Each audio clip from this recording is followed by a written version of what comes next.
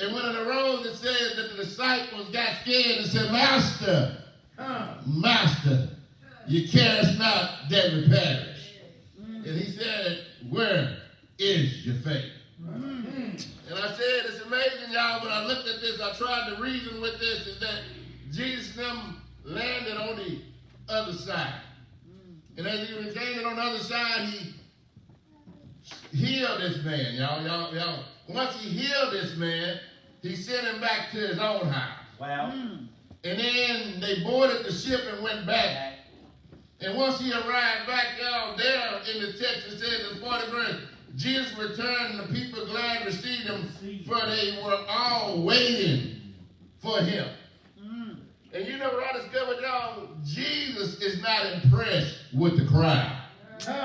But the crowd is impressed with Jesus. When you look at chapter 8, y'all, chapter 8 really is a preview of what's going to happen in there, chapter 9. And every now and then I watch movies and I want to look at the trailer to see if it's worth going to see. It gives you a little glimpse of what's to come.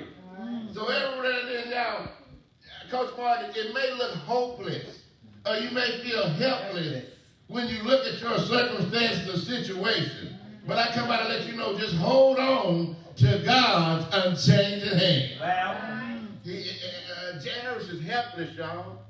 And I said, Jairus and the disciples have something that the woman is lacking. The disciples have a child. They're with Jesus and they're called what? Disciples. Yes, sir. Jairus has a status.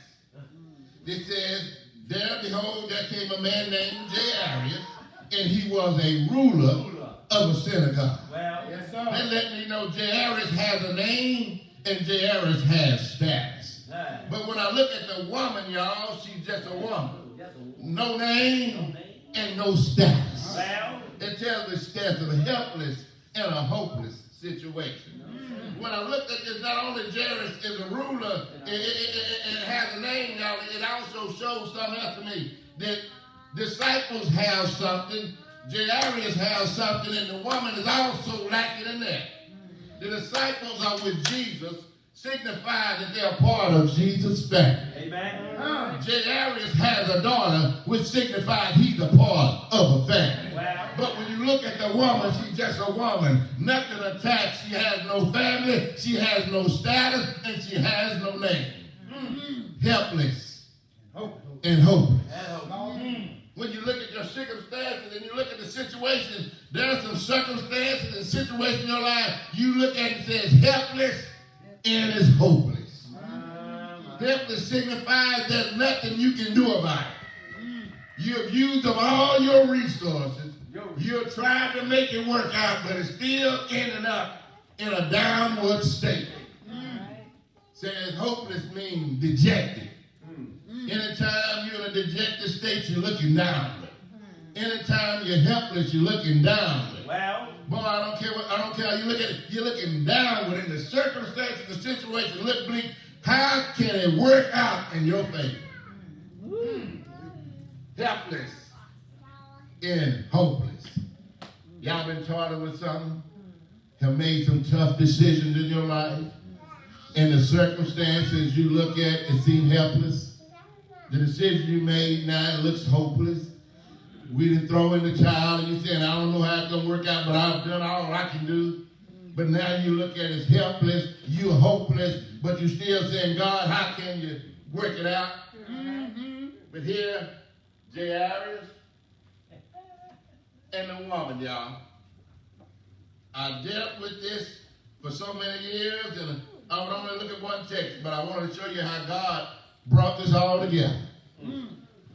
Helpless and hopeless. When you look at this carefully, helpless and hopeless, I got curious in its movement, Pastor. I looked at Jairus. Jairus here with status. Jairus here with a daughter. Jairus here has money. Jairus here has a wife. But Jairus is helpless that he cannot help his daughter on what she's dealing with. Is there anybody you know that's going through and you really want to help them? Someone close to you and you really want to help them, but your hands are tied. No matter how much money, how much resource you have, you just can't help them. That's right. Now y'all have to understand, Jairus is Jewish. And Jairus really, a part of who he is, not really liking what Jesus is doing in his ministry. But Jairus had to put some aside because now he in a circumstance where his daughter is dying and he needs some help. And God helped me with this text. When I looked at Jairus, I got to learn something. I learned that Jairus had status. Jairus had name. In other words, he had a position. How do you know he had a position, y'all? Because when you look at the text, it said when he met Jesus, he fell at his feet. Which signifies, when I look at feet, he was in the front of Jesus. Which means the crowd that he was entangled with was behind him. Which signifies he didn't have to work his way through the crowd. They allowed him to move up front because of his status and who he was. All right. And because of who he was and his status, he was able to move to the front. But here, the disciples on the boat, they lacking something that Jairus and the woman had. They lacking the faith. Because when the storm arose in the disciples' life, they got scared and went to Jesus and questioned Jesus. You carest not that we perish? And he asked them, where is your faith? But when you look at Jairus and you look at him, he wasn't worried about what no one else said. He was concerned about his daughter dying. But y'all, there's something else that Jesus teaches us in this text. Pastor talked about power last Sunday. So Jesus demonstrated to his disciples that he had power over nature. For he said that he calmed the storm. Y'all, you know what kind of power that Jesus had? He's able to what? Calm the storm. How do you know? Because the disciples said, what manner of man is this? Even the winds and the waves, what? Obey. Yes, sir. There's some power that Jesus has. How and why is Jairus is here front line and center waiting for Jesus to return? Because the word had got out that Jesus had power over the sick. That Jesus was able to heal the sick. So he said, I'm putting all that aside. I'm helpless, I'm hopeless, but I'll have one last thing. I'm going to have my faith. What the disciples are lacking, y'all, the disciples are lacking. But he has faith enough to go to Jesus and not tell him, but ask him. Right. Hey, y'all find yourself trying to tell Jesus what to do, tell God what to do. But he recognized even though he had status, even though he had a name, he had to come to Jesus in an humble way. And he asked him to come. Helpless and hopeless. He's helpless, y'all. He's hopeless. But then here's the one. Having an issue of blood 12 years, which spent all her living upon physicians, neither could be healed of any, came behind him. Now Jairus came in front, fell at his feet because of his status. But here's a woman with no status came behind him, and you have to understand, it said when they arrived back, Jesus arrived back, it was a crowd. Yeah. And Pastor said that there are sometimes you got to press your way through some things. So she pressed her way through the crowd just to touch the hem of his garment. Yes, sir. She was hopeless. After dealing with this for 12 long years, I have nothing left. But then what? If based on the gossip, based on what's being said, this man who is Jesus Christ can take care of everything. He can heal my situation. Yes, sir. So she pressed her way through the crowd. Press. And as she pressed her way through the crowd, she touched the hem of his garment. Y'all now, how many of y'all, this is what I missed, right? This is what caught me this. I discovered something. Every now and then, we'll get upset when we have talked to Jesus and it's taken some time for it to take place, and somebody else come in and it seems like they're blessed right before you. He has asked Jesus to come to his house. Yeah. And Jesus looked at him and and said, let's go. But while they're on their way to Jairus' house, a woman touched the hem of his garment and caused him to stop on the way to Jairus' house. Well, Y'all feel like that sometimes? Seem like somebody interrupting your blessing? You got your good prayer on. When you got through praying, you felt good about it, and Jesus said, I got you. I'm going to work it out. And you said, wait a minute, you're all excited, and all of a sudden, something interrupted, and then I can put your prayer on hold, or put your blessing on hold. You become more hopeless. But y'all, what moved me again, y'all, helpless and hopeless, Jesus lets us know that's enough of him to go around. You don't have to get mad about someone else's blessing. Many times God is drawing you together because you were meant to meet anyway. Watch this. Here, the disciples are lacking faith. And everybody that Jesus brings them close to have faith. They have something that the disciples are lacking. The disciples lack faith. But everybody that Jesus is dealing with has no status, or maybe have status, but they're down to nothing, but they have something left, which is what? Faith. I want to question now, where is your faith? You may be down to everything. The circumstances look helpless, look hopeless, but don't you let that get in your way from your faith in Jesus Christ that he can bring it what? To pass. all right. So as I look at this, y'all, say it came behind, touched him. And Jesus said, who touched him? Surrounded by a crowd, but he felt a touch. Surrounded by people, but he felt the touch. It said when he was touched, something what came out of him. See, when you go to Christ and you go to God sincerely, something gonna cause him to move when you come to him sincerely and all with your faith that God can work it out regardless of my abilities. All right. Yeah? And this got me happy. When I looked at this woman, the disciples was lacking faith. Jairus had faith. The woman had faith. Jairus had a family. The woman had no family. She wasn't attached to anyone. And when Jesus is working it out, he thinks about everyone who is involved. I'm not making it up. It said after he looked at her and after she came forward, he changed her and called her daughter, which signifies you may start out with a family. You may not have anyone, but now you're part of the faith family. All right. Y'all, look what he said here. Where is your what? Faith.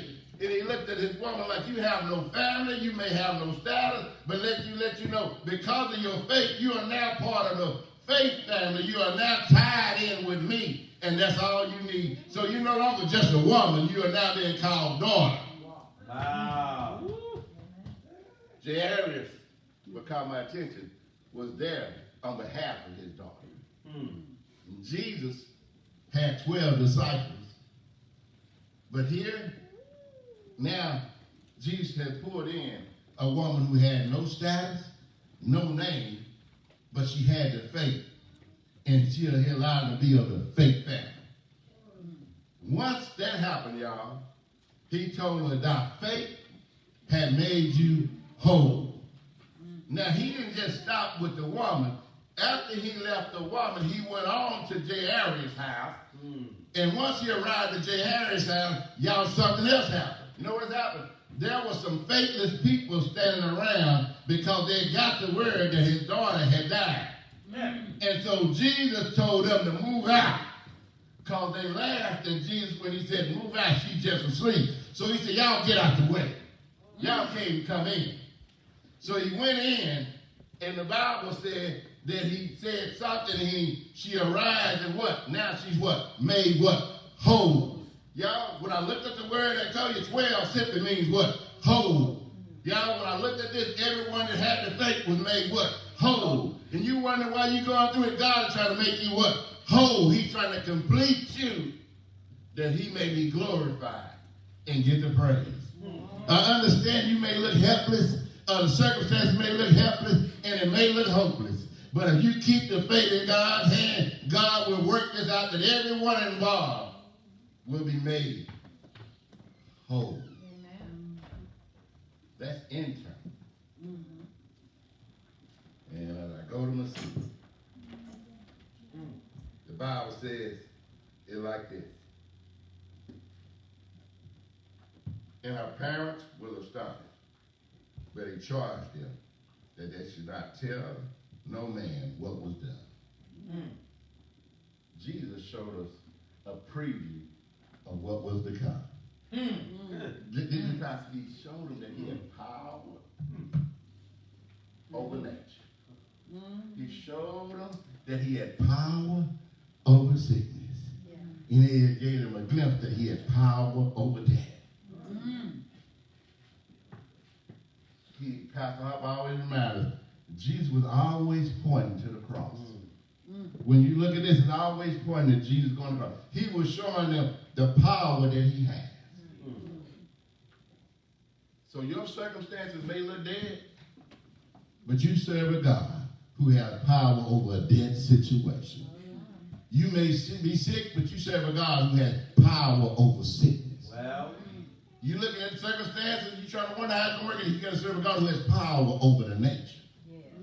Even though you're helpless and hopeless. Y'all know what I got excited about? Jesus always shows up in a helpless and hopeless situation. How you know that? Because he showed up in my life. Well, and I was a helpless and hopeless individual. And y'all look at it now. Not because of name or status. When I come up here, I want to make sure I come to Jesus as humble as I know how. But I come with confidence and faith, believing that his will would work out. Helpless and hopeless all turned out to become made whole. And God to be glorified. After that, chapter 9, it says he sent the disciples out. Read chapter 9, he started giving them power to go out. But they had to recognize that some of the people in their lives, to meet them, to recognize the people that they met had faith. And he wanted his disciples to have that same faith that they had. I asked myself when I go to my seat, y'all look at this. When I looked at the disciples, I looked at myself. I'm with you. I'm in the church house, but certain things arise in my life. Yes, Lord. And I find myself saying, Lord, you cares not that I perish. He come to remind me, oh, ye a little faith. Down deep inside, just a little. And you with me. You on board with me. Yeah. And I already told you how the outcome. Yeah. But you still lack it. Now, sometimes I understand now why some people he bring in my life. Now I understand. Sometimes it causes me to let my pride down. Let me remind me that Jesus, our Lord and Savior Jesus Christ, can work out a helpless and a hopeless situation.